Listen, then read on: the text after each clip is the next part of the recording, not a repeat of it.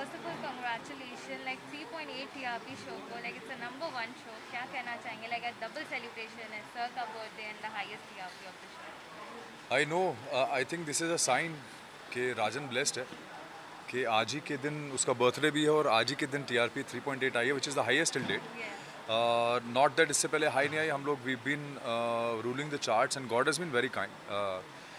मैं कभी भी ये नहीं कहूँगा कि हमारी वजह से हुआ है.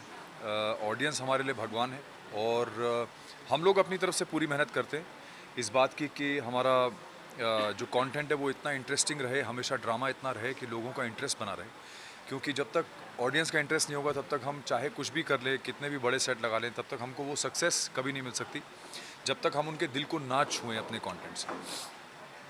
और रीज़न मेरे हिसाब से ये है कि इतने सारे वेब शोज़, इतना सारा टेलीविज़न, इतने बड़े बड़े शोज़, इतने बड़े glamorous sets, glamorous outfits, glamorous people, उस पूरे रट में से निकल के एक ऐसा शो आया जो बहुत ही बेसिक मिडिल क्लास सेटअप का है और मिडिल क्लास फैमिली की कहानी है. कंटेंट इतना स्ट्रांग है उसका कि मुझे ऐसा लगता है कि हमारे हिंदुस्तान में इतना बड़ा देश है, इतनी आबादी है 1.3 बिलियन, और मुझे लगता है कि वो उस आबादी में सबसे बड़ा जो क्लास है, जो सेक्ट है, वो मिडिल क्लास है. मध्यम वर्गीय परिवार सबसे ज़्यादा बड़ा सेक्शन है हमारा. और हर मध्यम वर्गीय परिवार का हर मेंबर इस फैमिली के किसी ना किसी मेंबर से आइडेंटिफाई करता है. और वही वजह है कि आज ये शो इतना सक्सेसफुल हुआ है. सिर्फ यहाँ नहीं, हमारे जो हिंदुस्तान के लोग बाहर रहते हैं, यूके में, यूएसए में, कनाडा में, दुबई में, हर हर जगह वो शो उतना ही पसंद किया जा रहा है. न्यूयॉर्क से फ़ोन्स आते हैं, यूके में नंबर 1 चल रहा है.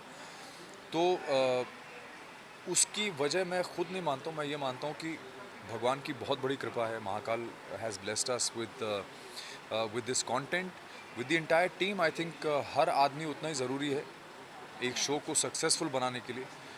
हमारा जो डीओपी है गुलशन शाह, वो बहुत फैंटास्टिक काम करता है. वो अगर ऐसा शूट नहीं करेगा तो शायद वो रिज़ल्ट नहीं मिलेगा. हमारे डायरेक्टर्स, हमारे टेक्नीशियन, हमारे लाइट बॉय, हम एक्टर्स, हम सब अपना अपना काम कर रहे हैं पूरी शिद्दत से.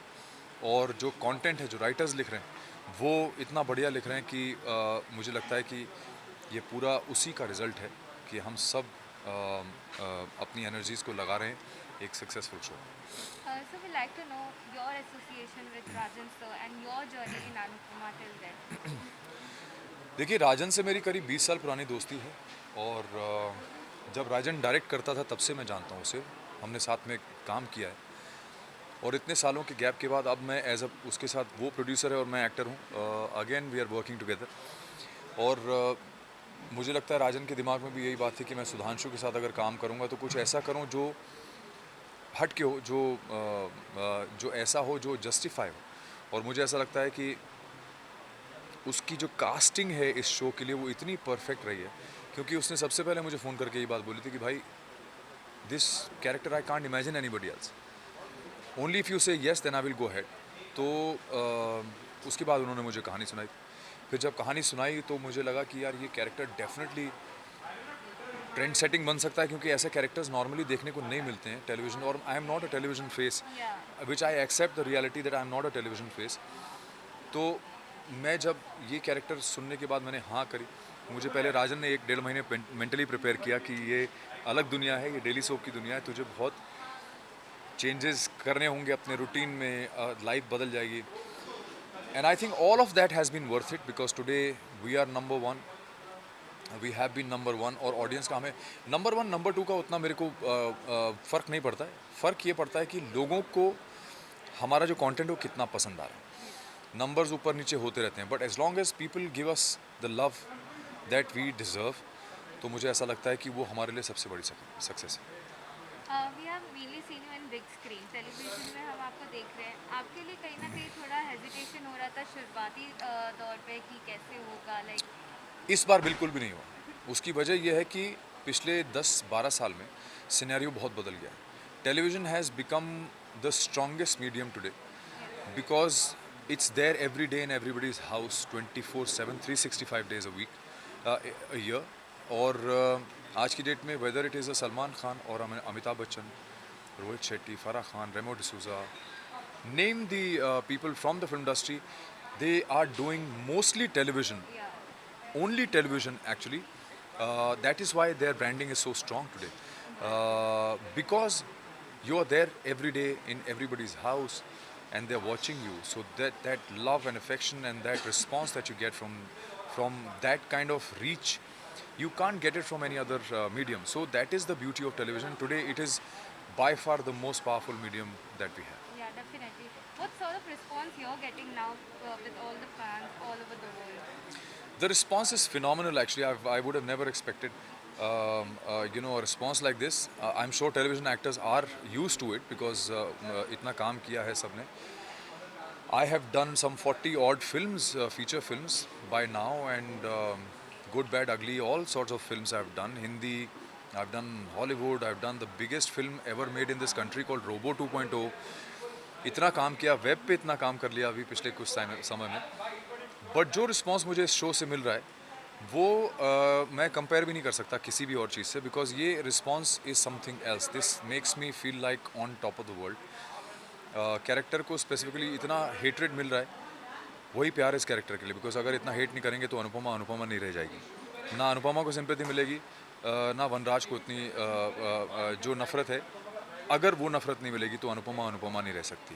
सो the entire thing falls flat unless people hate Vanraj so much. Only then they will sympathize with Anupama. But how you tackle all that comments and all? I, um, uh, I think I was initially. It took a little time for me to adjust to it because there are so many things that I have to say in this show which I am not in real life. So it becomes very difficult for me to say. 2-3 बार मेरे director से भी argument हो चुके हैं इस बात पे कि मैं ये नहीं बोलूँगा, because it just feels so wrong and so rude, and we are not like that in real life. क्योंकि मैं अपनी रियल लाइफ में अगर मैं अपनी बीवी से ऐसे बात करूँगा तो शायद वो मुझे किक मार के बाहर निकाल देंगे घर से. तो I can't do that at home. So it feels very difficult, and it's a difficult show. It's a very thin line. It's a grey character, neither black nor white. Yeah. So it has been a challenge, but for an actor, this is the best thing to happen. That if you get to play a character which challenges you mentally, and it challenges your creativity and your sensibilities.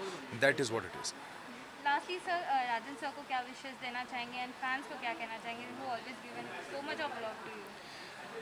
Fans से मेरी यही request है कि आप लोग जिस तरह से शो को प्यार देते हैं उसी तरह से प्यार बना के रखिए. आप लोगों का प्यार ही हमारे लिए भगवान का आशीर्वाद है. तो प्लीज़ इसी तरह से हम तक ये ब्लेसिंग्स आने दें, हमारे शो को और प्यार दें. हम अपनी तरफ से कोशिश करेंगे कि हम आपको अच्छे से अच्छा कंटेंट और ड्रामा प्रोवाइड करते रहें ताकि आपका एंटरटेनमेंट होता रहे. और राजन को मैं I would like to wish him very very happy blessed birthday.